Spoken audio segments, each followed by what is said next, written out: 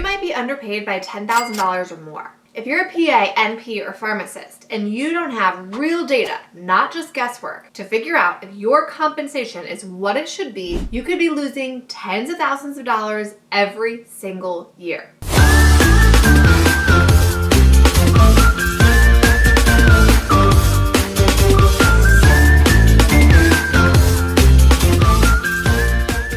In this video, I'm going to walk through my 6-step system to figuring out if your compensation is what it should be. If not, this is one of the first things you need to fix in your wealth building journey, because as you've probably figured out, it is a lot easier to find room for saving, investing, and paying off debt if you're earning more money. So with that, let's dive in. Step 1, find the median salary for your subspecialty. Now, this is like so obvious, but I will tell you, so many medical professionals I know don't do this. They'll say, hey, Kristen, I got this job offer in family practice or in dermatology. I'm a relatively new grad. This is what they offered me. What do you think? Well, I have a lot of opinions and I've looked at a lot of PA salaries over the years, but what you should do is not worry about what I think. Go to the data and find out what is the actual median salary for a PA NP pharmacist in this specific arena. That's the very first step. So if you don't have that data, you don't have really a foot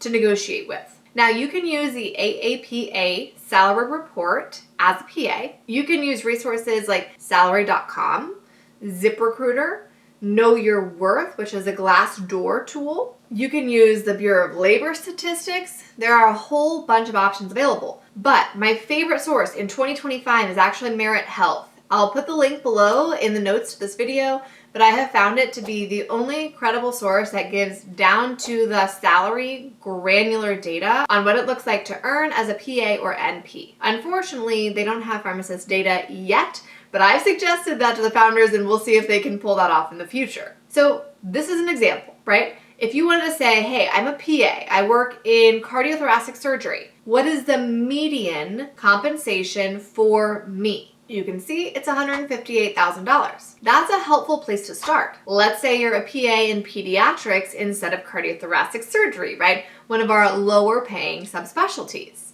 We see it's $127,000. Now, this is step 1. You have to do this step before we can keep going because you have to have a number to actually get started with. This is the beginning. Write this number down. Now you have completed step 1. We're ready to move on to step 2. The next step requires you to take that number and make a cost of living adjustment. There are 2 different ways you can do this depending on if you're looking at your current compensation and determining, hey, based on where I'm at and where I live, am I on track? Or if you're actually looking at a new job that's in another city. Let's first say you're looking at a new job in a new city. You can use a cost of living comparison calculator. It's very easy to do. This is NerdWallet's to say, if I'm making this amount of money in Columbus, Ohio, for example, versus San Diego, California, what is the equivalent salary I would need to earn in order to have the same purchasing power with a different cost of living? Here's a perfect example. Let's say that you were that pediatric PA earning $127,000 in Columbus, Ohio, and you were looking to move to San Diego, California. Wouldn't blame you, right? The weather's wonderful. But you wanted to have the same purchasing power. What salary would you actually need in San Diego to have the same purchasing power, accounting for all the increase in cost of living? The answer is $194,000. And a lot of that is driven by the cost of housing, which is 150% higher in San Diego than it is in Columbus, Ohio. Now, what about for those of us who are just wanting to look at my current compensation, where I'm at, I'm not thinking about a move, am I reasonably adjusted for my cost of living index where I live? This is a little bit trickier to do, but it's very possible. Probably the best source of data on this is the original researchers behind the cost of living index at the Council for Community and Economic Research. The problem is most of their resources are paid, and to be honest, you can figure this out pretty well using free resources. For example, if you use payscale.com, you can look for a specific city and it will give you the percentage above or below the national average that your city is for cost of living. Here's an example. Columbus, Ohio, again, is 5% lower than the national average for cost of living. And so what we'll do is actually take our number from step 1 and apply a cost of living adjustment to it. So because I'm in Columbus, Ohio, I'm looking at national averages, right, for my first number. I can actually take that number and make a reduction of 5% to get my step 2 answer. So if I was that pediatrics PA looking at $127,000 for my national median, now I'm going to take that, multiply it by 0.95, and then I'll get the answer to step 2, which is my cost of living adjusted average salary for my specialty where I live. Step 3, factor in years of experience. This is going to take us back to Merit Health because I think that it's honestly one of the best sources of data in this space and has really beautiful visual displays of what compensation looks like by years of experience. No offense to the new grads, I love you and support you, but I am worth a heck of a lot more now, 10 years in with the procedural capacities I've gained and the medical decision-making skills I've gained than I was as a brand new grad trying to figure out hospital medicine, right? So of course, seasoned clinicians can and should make a lot more money because the skills that they have created over time translate into money, right? The more seasoned that you are, typically, the more patients that you can see, the higher level of complexity patients you can handle, and maybe even the additional procedures that you can do as well. Let's look at orthopedics. You can see that in the 0 to 2 years of experience range, you're looking at $127,000, where when you get up to 10 years plus, it's $165,000, right? This is again for national averages based on years of experience. And so if you are a brand new grad, what you're going to ask for in your contract is going to look quite a bit different than the person with 10 years of experience under their belt. So how do we put a number to this? Let's look at orthopedics, for example. The national average is $146,000 in compensation for a PA. But if you look at the greater than 10 years category, you see that they're earning quite a bit more than that.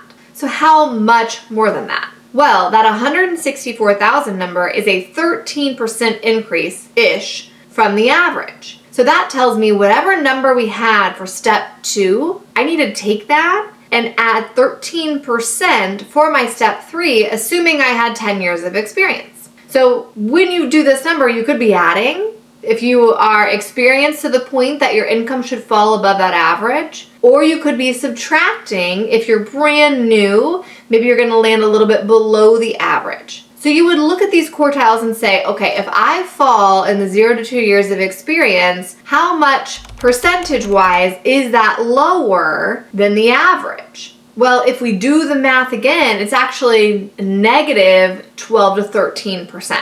And so your step 3 as a brand new grad might be taking your cost of living adjusted number we got from step 2 and subtracting 13% to get your step 3 number. This will allow you to have data-backed compensation metrics based upon years of experience, specialty, and cost of living adjustment. Now you have really granular data on what you should be looking to earn if you were average based on those 3 things. This is a great start, right? This is way further than most PAs, NPs, pharmacists get, but it's not enough. We won't stop there. Step 4, index everything to the 75th percentile. We have been looking at averages, right? We've looked at the national average for your subspecialty. We've looked at the average income based on years of experience, and we've been making all of our adjustments based on that. But we don't want to be average, right? Hopefully, all of you are working consistently to be above average clinicians, and as a result, we want above average compensation as well. I push everyone up towards that 75th percentile. Now, that's not my own standard. My own personal standard, to be frank, is to be at the 95th percentile. But I'm a psychopath. Maybe you are not, right? And so maybe 75th percentile sounds great to you, especially if you're currently in a spot where you're underpaid. And so when you're looking at like, what am I going to ask for, right? What am I going to negotiate for? It's not enough to say, hey, look, I want to be average. And we want to be better than that. So now, let's go back and revise Steps 1, 2, and 3, based upon our 75th percentile number. So where should that be, right? Like, let's look at dermatology, for example. Their 75th percentile is earning $200K. Not too shabby, right? So you might take that $200K, you will apply your cost of living adjustment, maybe it's up 5%, maybe it's down 5%. You'll have your step 2 answer. Then we're gonna look at step 3. We've already determined, okay, let's say I have 10 years of experience, right? Maybe I'm adding 13% there. Now I'm pushing that in. Now I have my 75th percentile number. That's what I'm after. I don't wanna be average. I don't wanna be in the middle of the road, right? I wanna be well paid as a clinician. And so by switching our average metrics to our 75th percentile metric, we have a goal. Now, we still wanted to do our average number first. That was intentional. You might say, like, well, why didn't you start with the 75th percentile, Kristen, if that's what you were gonna do to begin with? Well, for one thing, for a lot of people, that number may feel unattainable. They shut this down and go like, I'm out. The other thing is, if you know the average number, you have your floor. Like, you have your floor that you shouldn't accept anything below. Your goal might be 75th percentile, but we did steps 1, 2, and 3 with the average for your years of experience. You don't want to be accepting anything much lower than that. And so by having both numbers, by having arrived at step 3 with our average, and then arriving at step 4 with our 75th percentile number, you kind of start to build the range that you might think of using in your negotiation, because you have your bottom end, average, and then you have your aspirational goal, 75th percentile. Now, feel free to be crazy here and go even higher than that. I would encourage you to do it, especially if you're seasoned and you have really marketable skills that translate to revenue for your company. But be reasonable here, right? It's going to be really hard to pull off the 95th percentile of comp as a brand new grad. Step 5. We need to make an adjustment based upon our total compensation and not just our W-2 gross income. That's really important, especially if you're trying to consider if a new job is worthwhile. You need to know how much you actually make with everything. So now that you have your gross compensation metric, most likely your salary metric from steps 1 through 4, we want to actually look at the extras. Do you have a CME budget? Do you have paid CME days off? Are they paying for professional subscriptions? Do you have an HSA match? Do you have a 401k or 403b match? All of that stuff is compensation and it adds up a lot. So add that into the top. Now, of course, when you negotiate, some of those things are highly negotiable. Like, for example, PTO or CME days off. Other things are very difficult to negotiate. Like, for example, it's very hard to negotiate your employer match unless it is a profit sharing distribution from a very small private company. But knowing the number is empowering, because if you're comparing two jobs and they both have the same total comp, but one puts 10% of your $200,000 a year salary into your 401k and the other one puts 3%, the difference in actual compensation between those two jobs is over $15,000. That's a huge difference, even though the salary might look the same. Having this step isn't the thing that you're going to use when you sit at the negotiation table and you're throwing out a number. That's what you're going to do with what you got from steps 3 and 4. But this will remind you to try your best to negotiate the non-salary comp and to factor that in when you're determining, am I well paid? The last step is really important, and it's calculating your effective hourly rate. This is step 6. And this is the way that you know if you're actually getting the shaft when you think you have a pretty decent salary, maybe on the low side, but you work a lot of hours for it. This can help you compare apples to apples with different job types, or even to compare looking at your colleague who works fewer hours to see, am I actually being fairly compensated? So here's the example. Let's say you have two job offers. One is an orthopedic surgery, one is an urgent care. Both are for $150,000 a year. If the orthopedic surgery job requires 50 hours a week between rounding, clinic, OR time, and call, and the urgent care job requires 3 12-hour shifts a week, so we'll say 36 hours a week, they actually have really different compensation. We will ignore PTO weeks and assume you're working 52 weeks out of the year. At the orthopedic job, you're working 2,600 hours a year. At the urgent care job, you're working 1,872 hours a year. So at the ortho job, you actually make $58 an hour. This is in comparison to the urgent care job where you make closer to $80 an hour. So it's important not only to recognize, am I paid well for my subspecialty? Am I paid well for my years of experience? Am I paid well for my cost of living index? Am I paid well in total comp with all the benefits? But also, you need this piece too.